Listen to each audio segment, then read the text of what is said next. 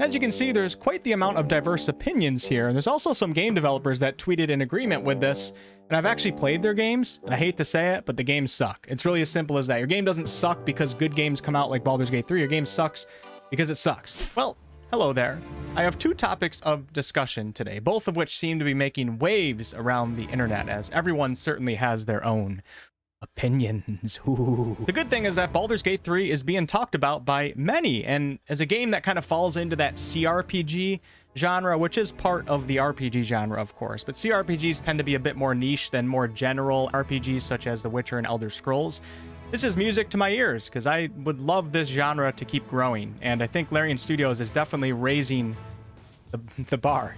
You guys will understand why I said that here in a second. But before we talk about raising the bar, the first topic of discussion that I wanted to get out of the way, and I'm going to be very careful with my choice of words here, as I am familiar with getting age restricted on YouTube, which sucks. That's basically like going to work and then not getting paid for your work. We're going to talk about bears and wild shape and romance. Those of you guys that watched the most recent panel from hell, or those of you guys that have just been watching, you know, the gaming news headlines, in Baldur's Gate 3, when you wild shape, okay, what happened was there's a druid in Baldur's Gate 3 that was having a love scene, and they ended up wild shaping, and then, you know, trying to go back into their elf form and apologize to their romance partner, because it's just natural to wild shape when you're a druid. When you're in the moment, it's just natural. You just turn into things. And then the partner, Astarion, said yes to it. Now, this clearly upset many people, while other people thought it was funny and other people just didn't really care. So wherever you fall on that spectrum, I think it's perfectly fine, because humor is subjective. And even though, when you think about it, if you were a druid, I guess it would make sense that, like, any really emotional type scenes that you're involved with, that maybe the risk of wild shaping is an actual thing. Like, lore-wise, that actually does make sense. I guess the problem here is as Astarion said yes to it. But then you think about it and you're like, you know what? They're in a fantasy world. Astarion's an elf. There's crazy crap happens in fantasy worlds, okay? So now, there was a few comments of people saying they're never going to play the game or whatever because of that, because Larian supports whatever, which, of course, I don't think Larian supports that. It's just humor, and then, of course, you have the little squirrel dropping the nut right after, which shows that it's humor, and you can't actually watch the scene take place. This is just something that Larian decided to do, whether for marketing reasons or humor or whatever, but it definitely worked because everybody's talking about it. And if you are someone that says you're not going to play the game because of that, I want you to look this bear straight in the eyes right now, and you say it to that bear's face. No, but seriously, if you're someone that doesn't want anything to do with that type of content, which is understandable, you never have to experience it in Baldur's Gate 3, because the way you play the game is up to you. There's also filters for certain things. And also, just note, if you are someone that thinks it's funny, you don't get to see the scene. Like what we saw in the panel from hell is all that you get to see for a scene like that. So it's not like full on. You guys get what I'm saying. What I'm trying to say here is, however you feel about this, I think it's perfectly fine. I don't think anybody can tell you that it is funny or that it's not funny, whatever. What I do want to say is, people that do find the humor in it, they don't support that, meaning they don't support the actual act of it IRL. That's the reason why it's funny, is because it's so ridiculous and it's so silly and stupid and so far from what we would actually be okay with. That's why it can be funny. And then Larian put in the squirrel scene, etc. I was in the audience sitting next to Cass from Fexter Life, and it was a little bit of a weird moment. I'm not gonna lie. While we're both sitting there watching it, but then afterwards, you know, I felt some humor in it, and I was thinking to myself, if I'm hanging out with all my buddies, like, somebody would absolutely drop a joke that deals with something like that once in a while, and we all would probably laugh just because of how ridiculous it is. So that's all I wanted to talk about with this particular topic. Let's move on to the next topic. But actually, I lied to you, because I do want to just point out that nobody seems to be making a big deal out of Dragonborn romances. It's kind of the same thing, you know? Now, this next topic is what I really wanted to make the video on, because I don't want to say I felt personally attacked, because I don't feel personally attacked. I think the people that tweeted this and the people that agreed with it and quote tweeted it in agreement, etc., I think they have their own perspective, and they're probably, you know, they're speaking the truth from many different angles. But I also think this was poorly written and not a good idea for game developers to tweet this out, because it definitely comes off as a bit salty, and it doesn't give consumers like myself a lot of confidence in the future of some of these gaming companies. So the owner of a studio called Strange Scaffold, and clearly this guy has been quite successful in the gaming industry, followed by a lot of big names in the gaming industry. I mean, Twitter followers don't really mean much, but clearly he's done some things. I don't know much about his games or anything like that, but successful guy, and I would also probably say an intelligent guy as well. But he tweeted out the other day, and the only reason why I'm even showing his name is because he does seem like a prominent figure in the gaming industry, and he put this out publicly.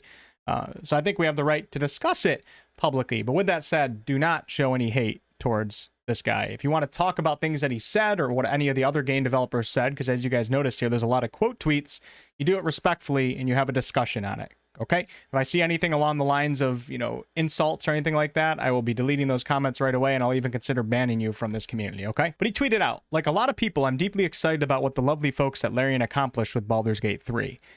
But this is already a little bit of a shaky start here. It's kind of like, when someone says, I'm not something, followed by but, and then followed by something that kind of shows that they are that something.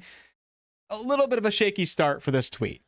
But I want to gently, preemptively push back against players taking that excitement and using it to apply criticism or a raised standard to RPGs going forward. And the reason why I said I'd take it personally, even though this guy has no idea who I am probably, is because I've been in the BG3 community for quite a while now, and I've been pushing the idea, after all my experience with early access, that Larian Studios is raising the standard and the bar of the RPG industry. And I guess I look at that as a good thing, but apparently not everybody does. But let's take a look at the next tweet. You can't separate a game from the process used to build it. So let's look at what Larian is taking into the development and final version of this game. So going back to this, first of all, Baldur's Gate 3, if it turns out the way that we suspect it will, and a lot of people have a pretty good feel for it as we put a lot of time into early access. Early access alone is already better than a lot of full games out there. Baldur's Gate 3 is raising the standard of the RPG industry, whether you like it or not. It doesn't matter if you don't want it to, or you're scared that it's going to make other games look worse. This is just the fact of the matter. Now, the key thing to think about here, is it raising the standard for small indie projects, or is it raising the standard for AAA games?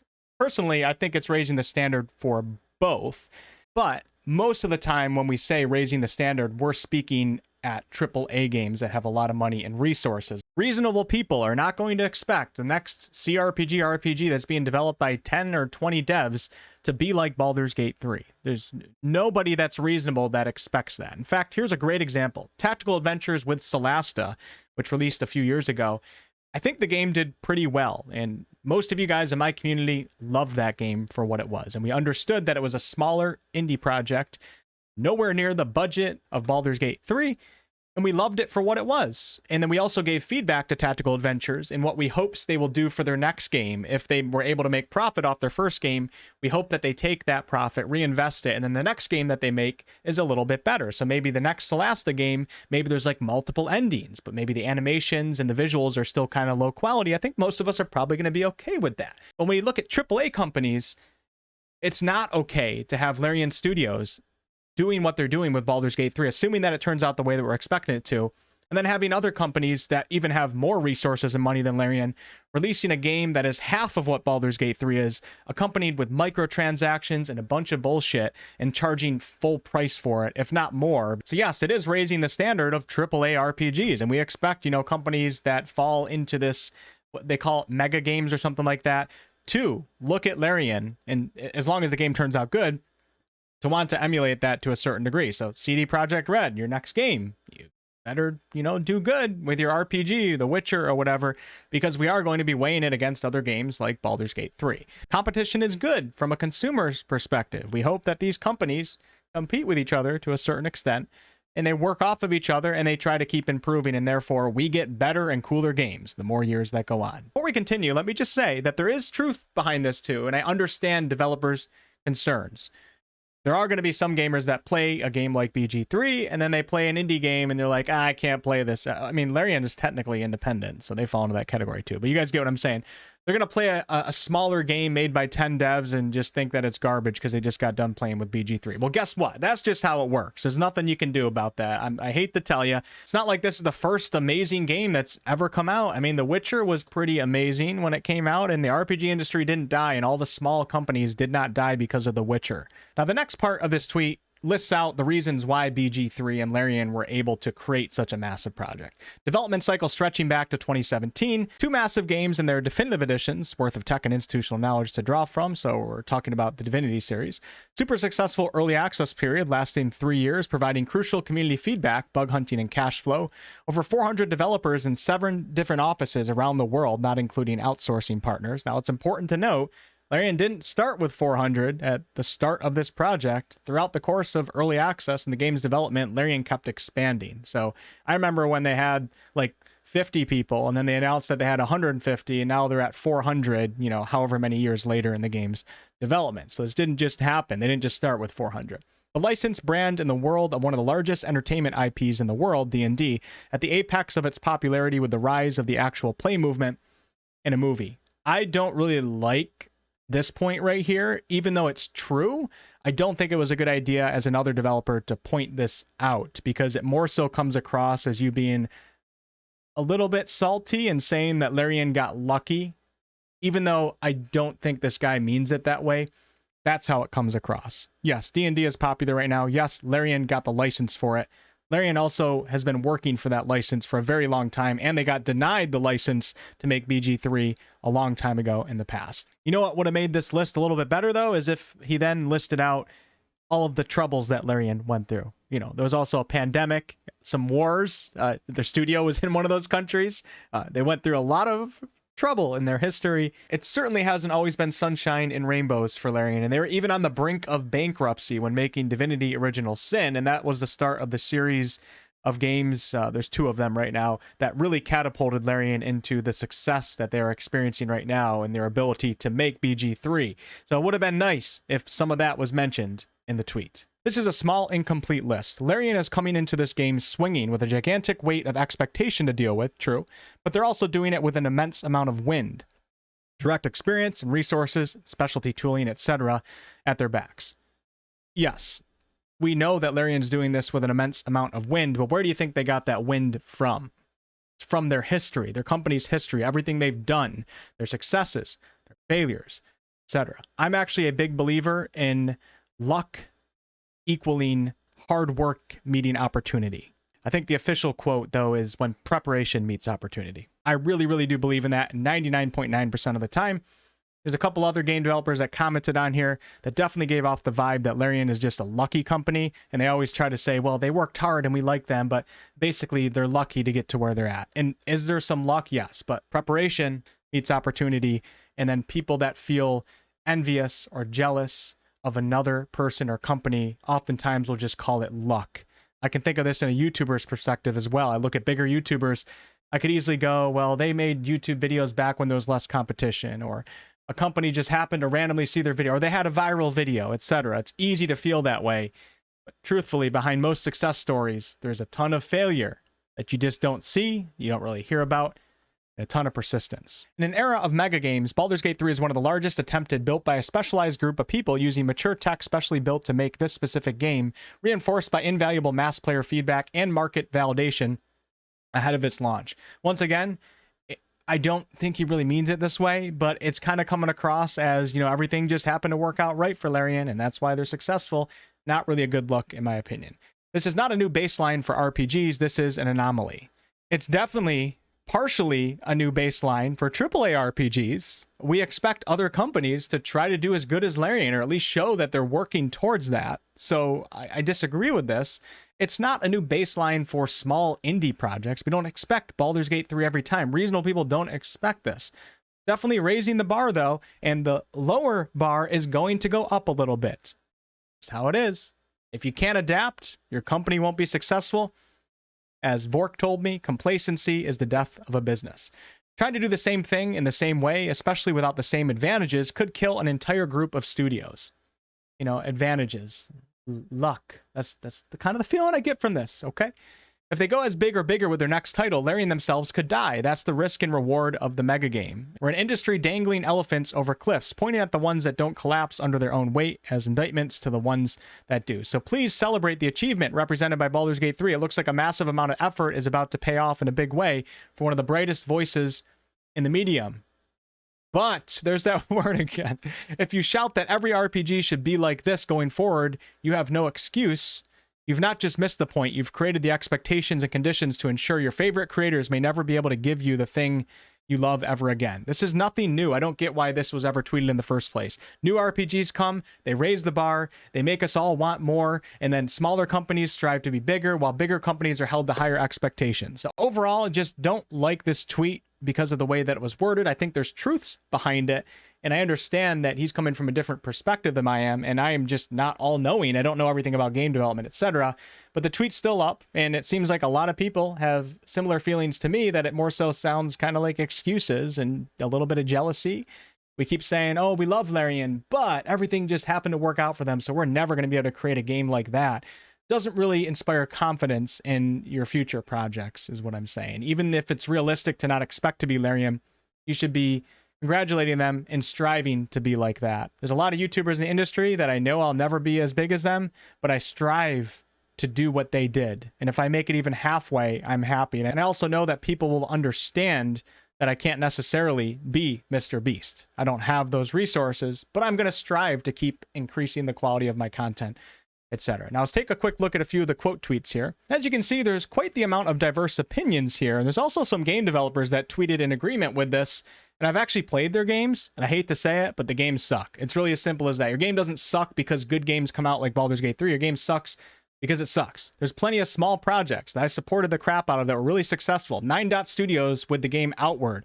Successful project made by 11 people. Fantastic game. I didn't expect Baldur's Gate 3 cinematics on it. I had reasonable expectations, and they exceeded them with what they had. So be better, make better games, and strive to be like Larian, even if your company probably won't reach that level one day. Even Josh, the director of Obsidian, retweeted this. I have nothing but respect for Josh. Pillars of Eternity 2 is one of my favorite games of all time. And Pentiment is a really cool game too. I didn't play it, but I know a lot of people that played it. I looked at some gameplay. Really interesting, cool project. Josh tweeted, great thread. The conditions under which BG3 was made are atypical. This is in no way a slight against the game or the people working on it who are clearly passionate and talented. Atypical, once again, from my perspective, in a gamer consumerist perspective, more so comes across as this company was lucky. Even if you don't mean it that way, I don't think this is a good look for other developers to be tweeting this. Having the foundation set and the funding to build things on your own terms is invaluable. That's why we want companies like you, Obsidian, to strive to be like that. If you can't pull it off, well, that's just what happens. Pentiment from Obsidian was probably a step backwards in terms of budget and resources required, yet people loved it. A lot of people loved it more than the Outer Worlds. So that just shows you right there that we don't necessarily have to downplay anything that Larian has done or say that it's atypical or it's just a lucky situation. You got to make good games, and the bar is going to go up. Learn, improve, adapt. If you don't have a big budget, maybe you go backwards with the budget, but you figure out a really cool way to make it work. Pentiment, for example. And I found this tweet kind of interesting here. It's kind of funny. I did touch on it earlier, but still. The pandemic, war, financial dropdowns, and much more things, of course, helped Larian. Yeah, and of course, this guy's being sarcastic. It's kind of funny because we focus on all of these, advantages that Larian has, but didn't bring up any of Larian's struggles or the enormous amount of troubles that they went through to get to where they're at. So, of course, there's going to be things that make it seem like certain companies got lucky, etc., but it's the companies that push through that and the companies that have the strategic management and vision to manage this minefield of creating games. Those are the ones that are going to succeed. They're going to raise the bar in industry. We're going to support them raising the bar, and we're going to hope that other companies raise their bar, and we just keep seeing better and better games. That's going to be it for this video. I'm sure you guys have your opinions, and they're going to be down below in the video comments. Nothing but love for everybody here. I just disagree with these tweets, and even if I'm just stupid and I lack the knowledge to have any understanding of what these developers are talking about, it doesn't change the fact of the matter of how it comes across to a lot of us consumers. It doesn't inspire confidence in the industry. It doesn't inspire confidence in your products to say, we can never do this, or we can't handle a bar being that high, etc. There's better ways that you can go about talking about that. And in general, I think a lot of us are reasonable, and we don't expect every game to be BG3. I don't even know if that tweet was ever necessary in the first place. And guess what? The people that do expect indie small games to be BG3, they're not going to buy your game. It doesn't matter what you tell them. They're not going to buy it. So that's just how the industry works. All right? So thank you all so much for watching. Please be respectful to each other, and much more Baldur's Gate 3 content on the way.